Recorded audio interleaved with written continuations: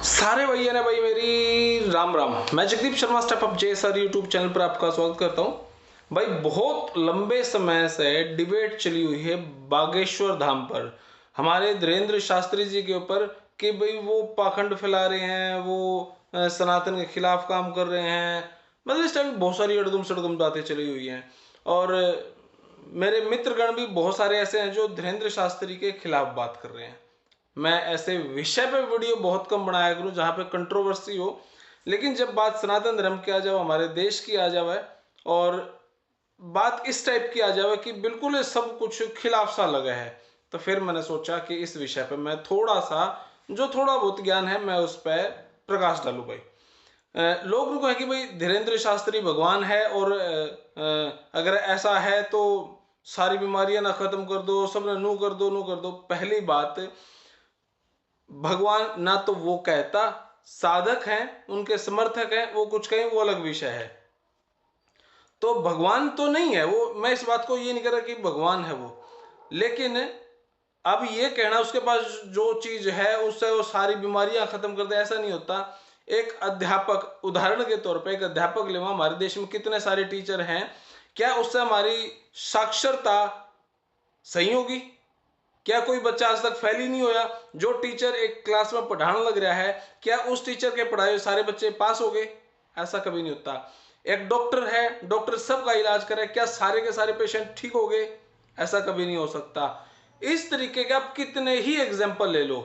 मोटा मोटी इलेक्शन लड़े हैं, एक कंस्टिट्यूएंसी से 10-10 जने, क्या सारे जीते हैं? नहीं, एक ही जीतेगा।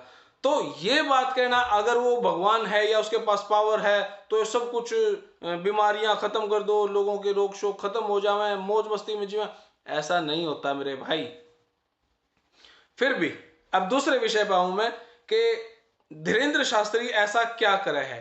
एक सुनी है, एक लड़की और है जो माइंड रीडिंग का काम करे है। हाँ, माइंड रीडिंग एक कला है, एक ठीक है, प्रैक्टिस है, तो उसने वो सीखी होगी और उस पर वो काम करती होगी, ऐसा हो सकता है, मैं उसको भी डिनाई नहीं करता। लेकिन बात अगर धीरेन्द्र शास्त्री की है तो मैं कह दूं भाई, वो सच में शक्तियां होती है, वो ट्रिक नहीं, वो माइंड रीडिंग गेम नहीं है भाई। धीरेन्द्र शास्त्री सच में ही देश के लिए बहुत अच्छा काम कर रहे हैं, लेकिन क्या हमारे देश में सिर्फ धीरेन्द्र शास्त्री ही ऐसे हैं जिसके पास वो शक्ति है? वो बागेश्वर धाम के बालाजी महाराज का सभी देवी देवताओं का नाम लेने लग रहे हैं महाराज जी, बागेश्वर धाम धीरेन्द्र शास्त्री जी। तो इसका मतलब क्या है? ये सही है कि वो हमारे सनातन के प्रति निष्ठावान है। अब ये पूछेंगे कुछ मेरे भाई कि कैसे निष्ठावान है, वो पाखंड फैला रहा है, झूठ फैला रहा है।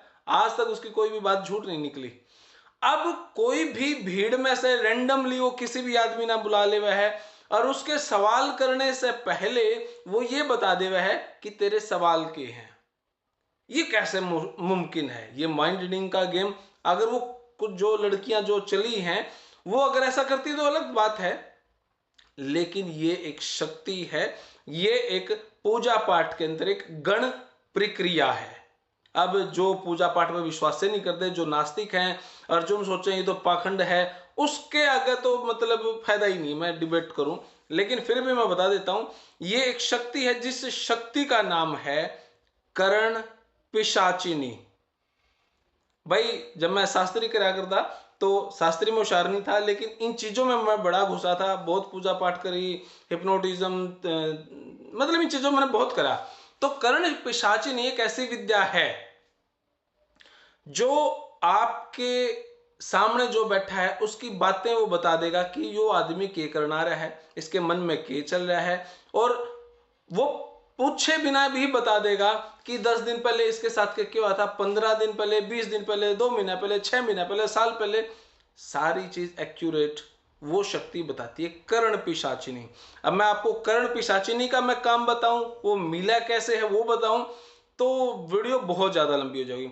कर्ण पिशाचिनी, कर्ण पिशाचिनी एक ऐसी शक्ति है, आप YouTube पे सर्च करोगे तो आपके दिमाग के तोते उड़ जाएंगे भाई। तंत्र क्रिया का एक रूप है, लेकिन इसका बहुत सारे लोग नाजायज गलत फायदा उठावे, बहुत सारे लोग इसका सात्विक फायदा उठावे। तो धीरेन्द्र शास्त्री इसका कोई नेगेटिव मेरे तो नजर में कुछ ऐसा आया नहीं। लोग आवे हैं नुन क्या करा भाई हम पुच्छा पड़वा का वहां, वो एक छोटा सा उसका एक ट्रिक है। मतलब पूछा पढ़ने के पास भी कुछ ना कुछ तो शक्ति है।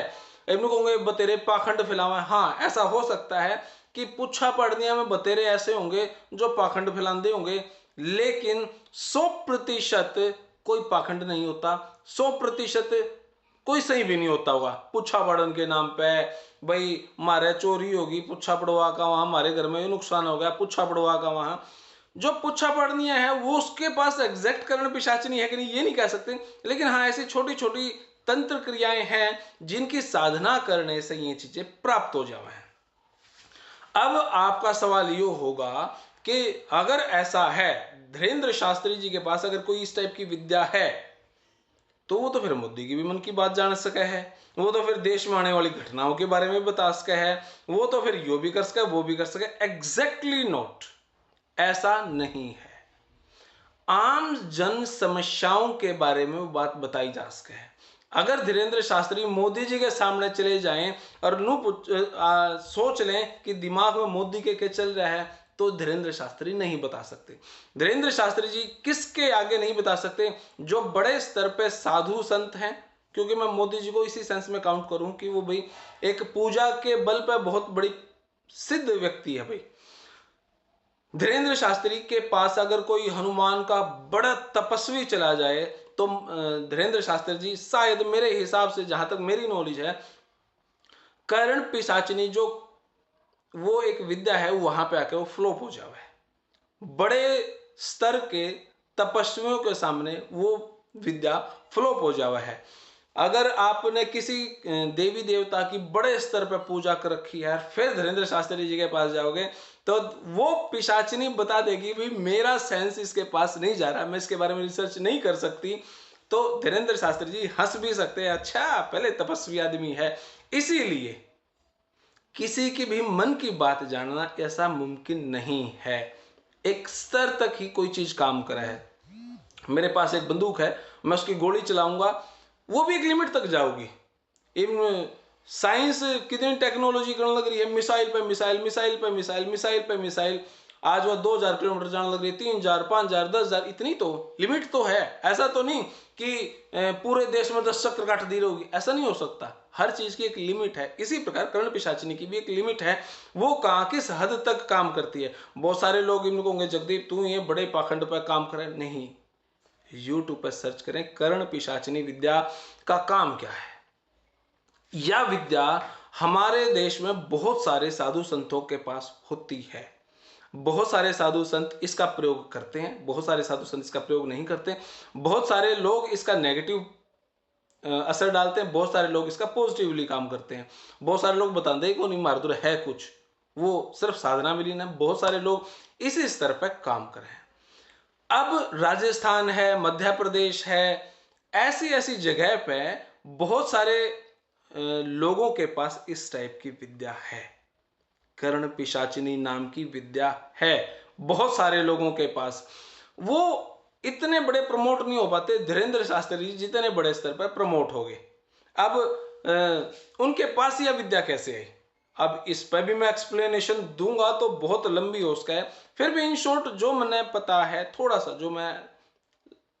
सा इस बारे में जो जानकारी ली है, धीरेन्द्र शास्त्री जी के जो गुरु जी हैं या जिनको दादाजी अक्सर बोलते हैं, उनके पास वो विद्या थी। तो उन्होंने वो विद्या धीरेन्द्र शास्त्री को दे दी, ले भाई अब इस पे तू काम कर। कर्ण पिशाचिनी का जो काम है वो है किसी की समस्या को बताना, भाई यो इस चीज को लेकर तेरे पास आए, इसकी यह समस्या है, उसका सॉल्यूशन वो जो धीरेन्द्र शास्त्री करते हैं वो एक दूसरी तपस्या है जो थारे मेरे बस की बात है नहीं। बहुत सारे लोगों के पास ये विद्याएं हैं, बहुत सारे लोग इसकी प्रमोशन कर पाए हैं, बहुत सारे नहीं कर पाते। लेकिन धीरेन्द्र शास्त्री बहुत अच्छा आदमी है यार, बहुत जेन्युइन आदमी है। आप उसकी बातों का मजाक ना बनाएं, क्योंकि ये हमारी संस्कृति का एक प्रतीक है। तो अगर किसी भाई ने मेरी बात से कुछ गलत लगा हो तो भाई मैं क्षमा भी चाहूँ, लेकिन धीरेन्द्र शास्त्री सनातनी है। जय सनातन धर्म, जय हिंदुस्तान, भारत माता की जय। आपके पास अगर इस टाइप की कोई भी जानकारी है तो कमेंट बॉक्स में जरूर दें। कर्ण पिशाचिनी विद्या पे मैं इतना बोल सकूँ, आप शायद मतलब मेरे मोबाइल की मेमोरी कम पड़ जाए, मैं यही बात बोल दूं। धन्यवाद भाई, जय हिंद, भारत माता की जय।